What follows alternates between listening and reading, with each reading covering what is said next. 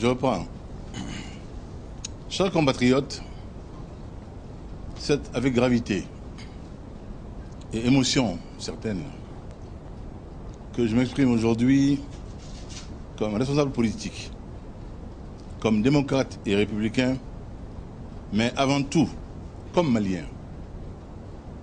Notre pays connaît une situation de crise d'une extrême gravité.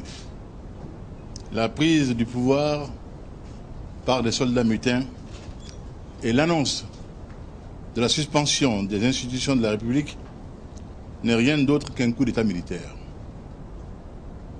Je veux le dire aujourd'hui avec force et solennité. Je condamne ce coup d'État avec la plus grande fermeté.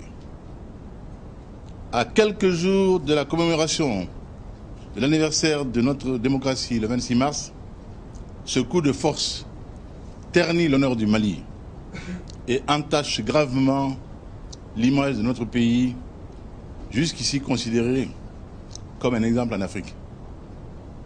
À quelques semaines d'une élection où le peuple malien s'apprêtait à choisir librement et démocratiquement son avenir, nul ne saurait légitimement se substituer par la force à la souveraineté populaire.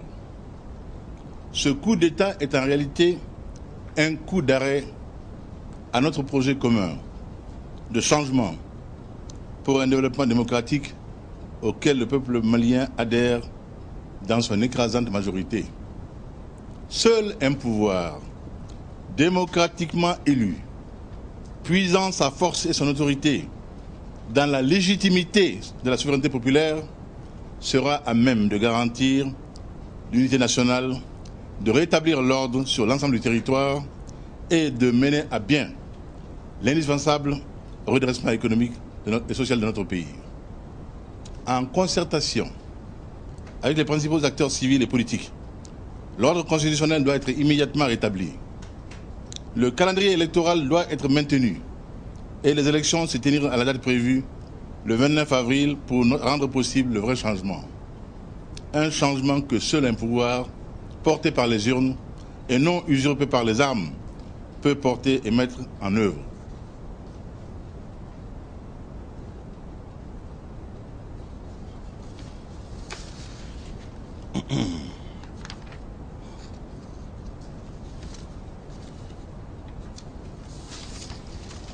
Depuis plusieurs années, je n'ai cessé de dénoncer la situation dans le nord du Mali et en particulier régulièrement appelé à un redressement, à un renforcement des moyens accordés à nos forces de sécurité pour lutter contre les rebelles et les bandits qui font régner la terreur dans cet endroit de notre République. Je comprends donc le désarroi et la colère des soldats, mais l'armée doit, en toutes circonstances, garantir l'ordre constitutionnel. Soldats du Mali, c'est l'honneur de votre engagement et de votre mission.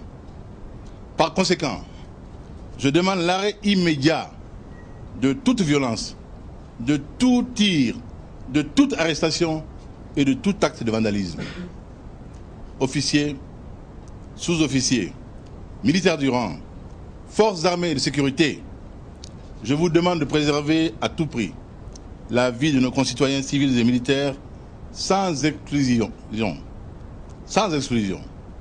Je vous demande de libérer dans les meilleures conditions les personnalités arrêtées. Je vous demande de faire confiance au peuple du Mali pour que le changement que vous avez souhaité, que nous souhaitons tous, se fasse dans un cadre démocratique. Chers compatriotes, je vous demande d'aider le Mali, chers compatriotes soldats, je vous demande d'aider le Mali à sauver son honneur. Dans ces moments douloureux de la vie du Mali, il est très important que chacun d'entre nous garde son calme, que chacun d'entre nous reste digne. Il est indispensable que nous préservions l'essentiel, l'unité et la cohésion de notre nation. C'est parce que nous serons unis que nous pourrons tous ensemble tenir des élections, mettre fin à la rébellion, améliorer les conditions de notre armée et développer le Mali pour le bien-être de tous les Maliens, Inch'Allah. Vive la République, vive la démocratie.